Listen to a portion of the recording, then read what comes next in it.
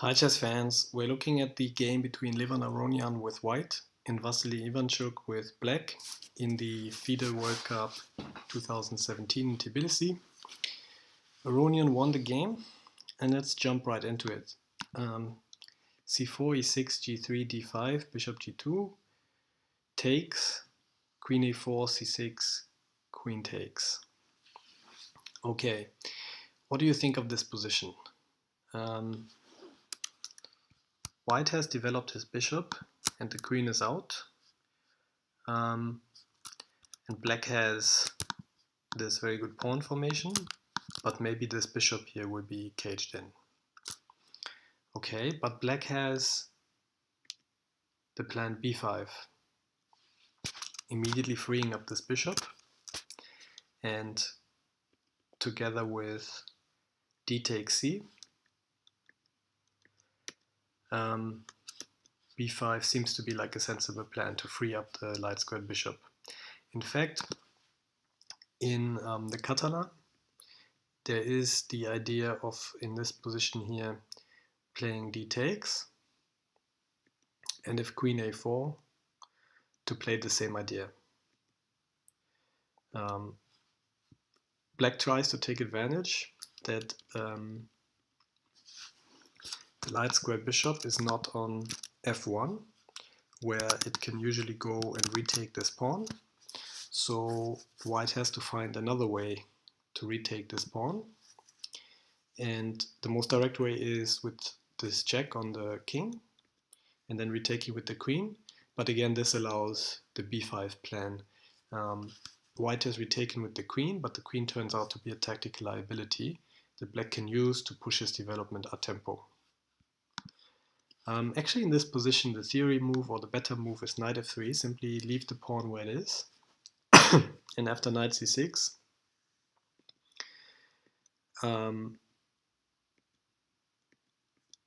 to play, to just leave the pawn where it is and play knight e5 at some point and retake with the knight. So of course there are a lot of options here. White can also, in this particular variation, retake with the queen after this pawn cannot be pushed anymore. So this is this idea of d takes c, and after queen retakes c6 and b5 is a very viable plan in the Catalan. But in this particular position, it turns out the plan does not work so well. And let's have a look. Why. So in this particular position, you can see that black has played a lot of moves, to prepare c5. But it turns out after d4, it's not possible for black anymore to play c5. Let's have a look. Vasily actually played the principled move c5 after thinking for 42 minutes. So right now he's already way back on the clock. And Levon after the game said that it would have been better for black to continue playing with a more passive knight f6, but then white simply gets a very comfortable position for the rest of the game. White can play knight e5, rook to d1, develop the bishop, play the rook over here. This pawn will remain weak and can be attacked by white, and it's just a very pleasant position for white. So maybe Vasily played c5, and again Aronian called this a suicidal move. But why? Let's have a look at this position. What do you think of this position?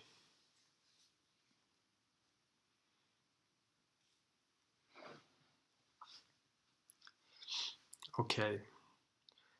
What are white's plans in this position? So let's have a look at the first candidate move, simply d takes c. Okay, what can black do? Is this not good for black? Black could retake with the bishop. Okay, the game could continue e4, with the idea of moving the queen over to e2, where it gets out of the way from the rook. What can black do? Let's say black develops the knight, queen e2, castle,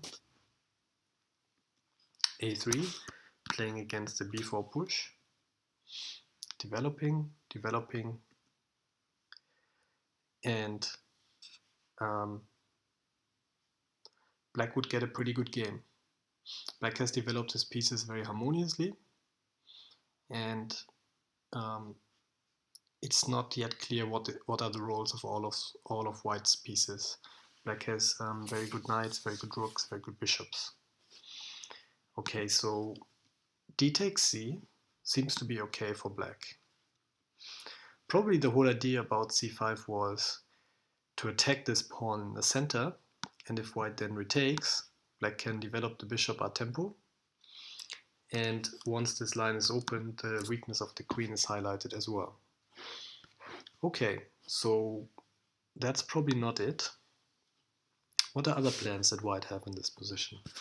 We noted that this queen is kind of like opening up here on the rook, and black is threatening to take this pawn in the next move. So one idea is also to play queen d1, moving the queen out and protecting this pawn.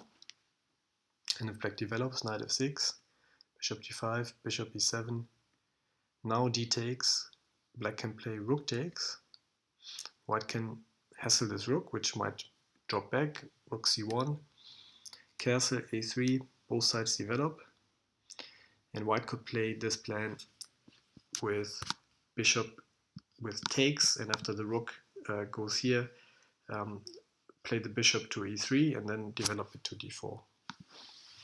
Certainly playable for white, but also not something really big for white. So what's the problem with c5?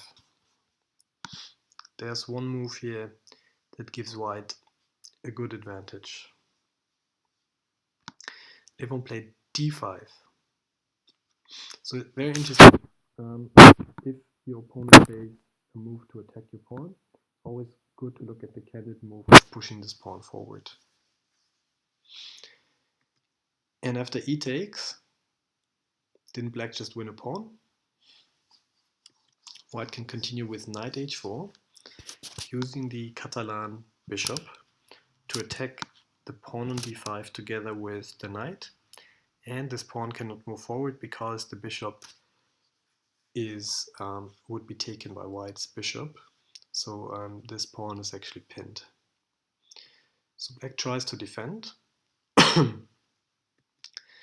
And now white can play rook d1, pinning the pawn against the queen. Black simply gives up the pawn and decides to continue to develop, and white wins back the pawn.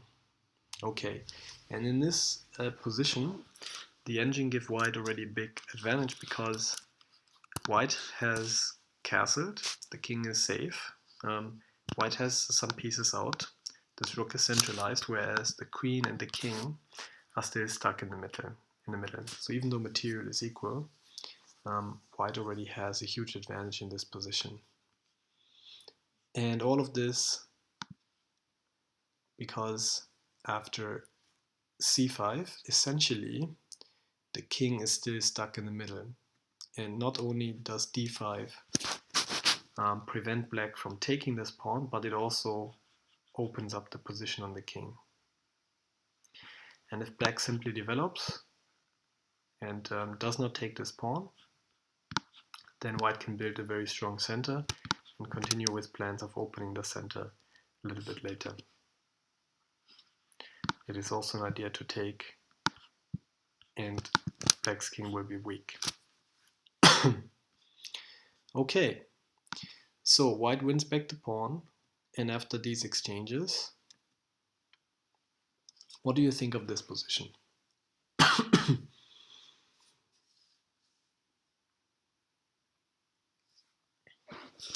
Okay, the black king is opened up, and black is still 2 tempos away to castle the king into safety.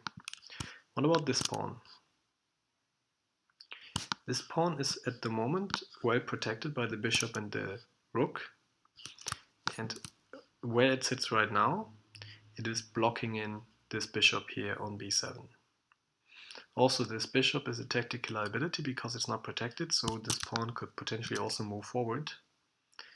and this bishop can be attacked. It is also a pass pawn. So while black does not have, black's pawn is here, but it's not a pass pawn. This is a pass pawn. On the other hand, this pawn is already advanced quite a bit and can also become a weakness. But again, the key feature in this position is probably that black is behind in development and has this weak king. Okay, let's have a look. Vasily played knight f6, attempting to develop as quick as possible. And white tries to prevent this. Queen e2 check. And already what can black do? If black moves the queen in between, white can exchange. The king is stuck in the middle and this pawn runs. And there's not really a piece that can be put in between this check other than the queen. So black has to play king f8, and this allowed white to put into stone the positional advantage of this king being weak in the center, and also this rook now having a hard time getting into the game, while white has good chances of bringing in the rook more quickly.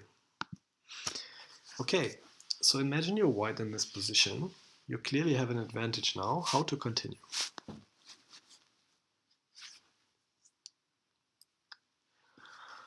Okay, let's have a look at a few candidate moves. What about developing? We already had this plan with bishop f4, bringing the rook into the game, developing the last piece. How to evaluate this move? Okay, black has queen b6 here. Black maybe also wants to develop the queen. And in this position, queen c2, bringing the queen out of the open file, because queen b6 also opens up the rook to check the queen, and probably c2 is simply a better square for the queen.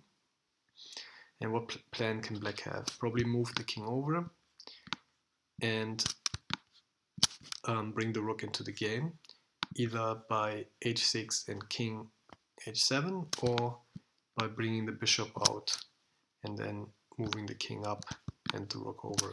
So it's a very long plan, but probably the only plan that black has. And white could double rooks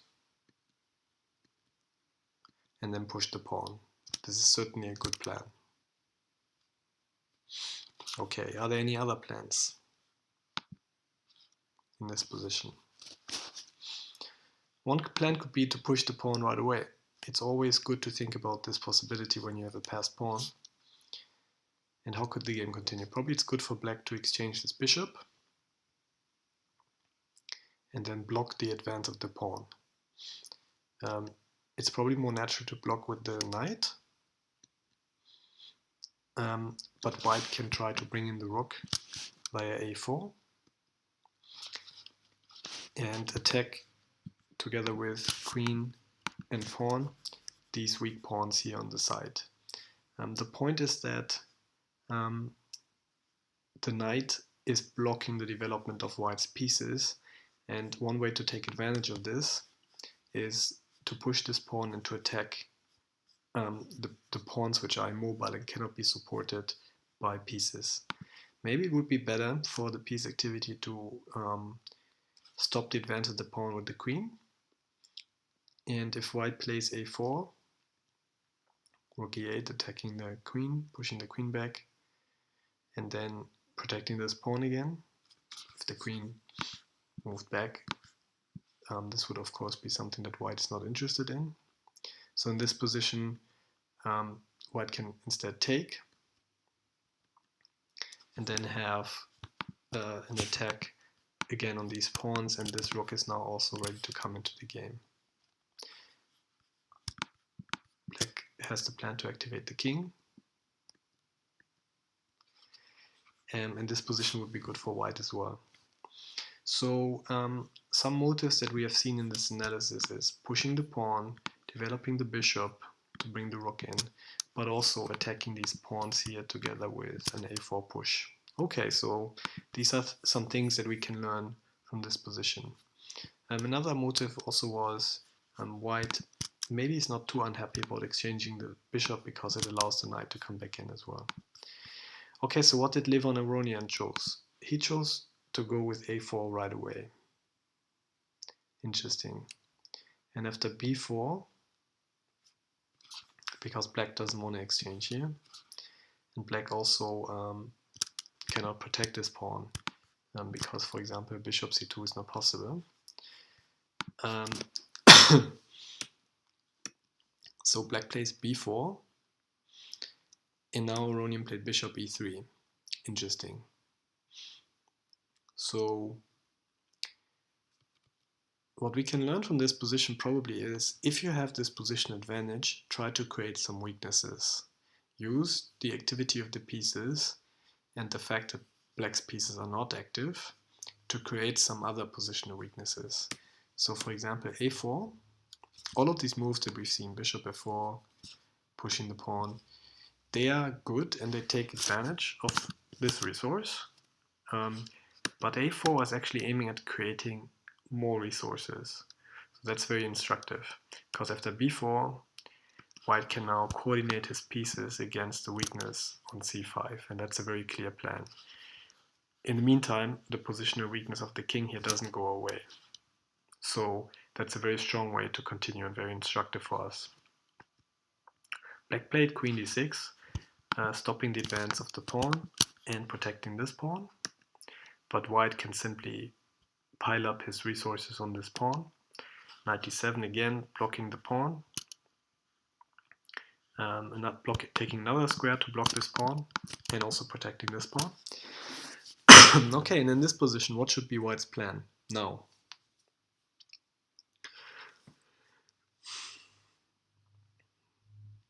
White has the resource of the king being weak and stuck in the center.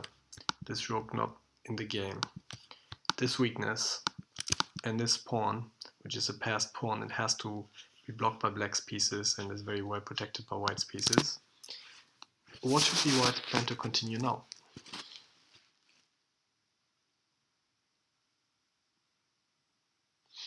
Again, we might think of moves like bishop to f4, pushing the queen away so this pawn can advance, or we might think of moves like queen c2, increasing more pressure on the c5 pawn, or maybe doubling the rooks to increase pressure. But all of these moves follow a paradigm which is, okay, let's use the resources that we have. But again, Aronian shows us that we should always think about creating more resources, even if we have already good resources. And what is the worst piece in white's camp? The worst piece is this knight. It doesn't have any squares, it doesn't attack anything, it doesn't really do anything. So white's plan should be to activate this knight, maybe. And what would be a good square for this knight? If you could take this knight and put it down on the board, where would be a beautiful square for this knight? Okay, this would be a beautiful square. The knight cannot be attacked here, and it is controlling from here important squares, supporting the plan with the push on of the d5 pawn. And of course, black will do some things himself, but moving this knight from here to here is a very, very strong plan. And it's much better than any other move that tries to take advantage of the existing resource. It suddenly creates another resource, a monster knight. And this is what Aronian does. The knight jumps to f3, and the idea is to move the knight to d2, and after h6 black is trying to do some luft here for the king to activate his pieces. Knight d2, king g8, the king is planning to move to h7. Now Aronian played the knight to e4. This is actually a much stronger square still, because here it performs two functions. It kicks the queen away, supporting the advance of the d5 pawn and attacking the weakness on c5. But in this position, knight to c4 would be an equally strong move. Okay, Aronian played knight e4, the queen moves back, and after d6, black resigned.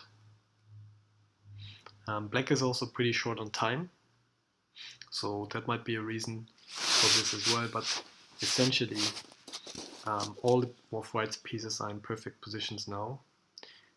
This bishop cannot exchange himself against this bishop, but is also not protected, so white is threatening some discovered attacks potentially. So there's this big tactical liability.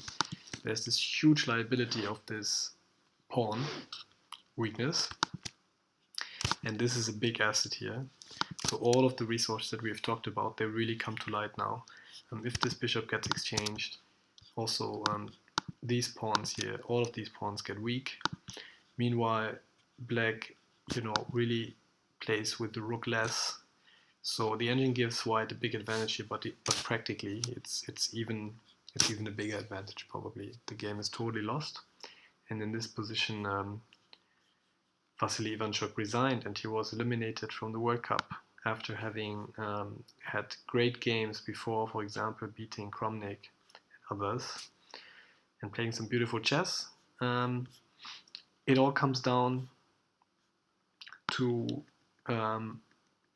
maybe in this position that the b5 plan, which works in the Catalan, does not work here so well,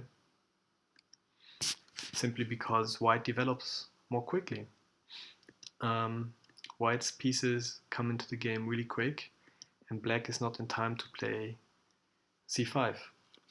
It helps white that this knight is here already, so if black pushes c5 now, this pawn would be taken. It helps white that the queen is on c2 in this position. Black has wasted some moves on tempi that are unnecessary. So in this particular position here, if you compare these positions, this knight is not on d7 but on b8, which is favorable. White has played some moves that are less useful. Again, the d5 pawn has been played, but the knight is still on b1, which allows black to play c5 quicker, etc., etc. And then in this position, of course, it's a little bit difficult to see because it gives up this pawn, but very interesting as well. The king is open, and d5 opens up the position on the king, and it's not really a pawn sacrifice because of the tactical liabilities of this bishop, and later after rook d1 also this queen. And then we have learned, just to recap quickly, that in the key positions white plays to build more resources, for example here with a4, and to build more resources, for example here with knight f3, which is something that can help us a lot in our practical games as well. Thanks a lot for watching, and see you next time.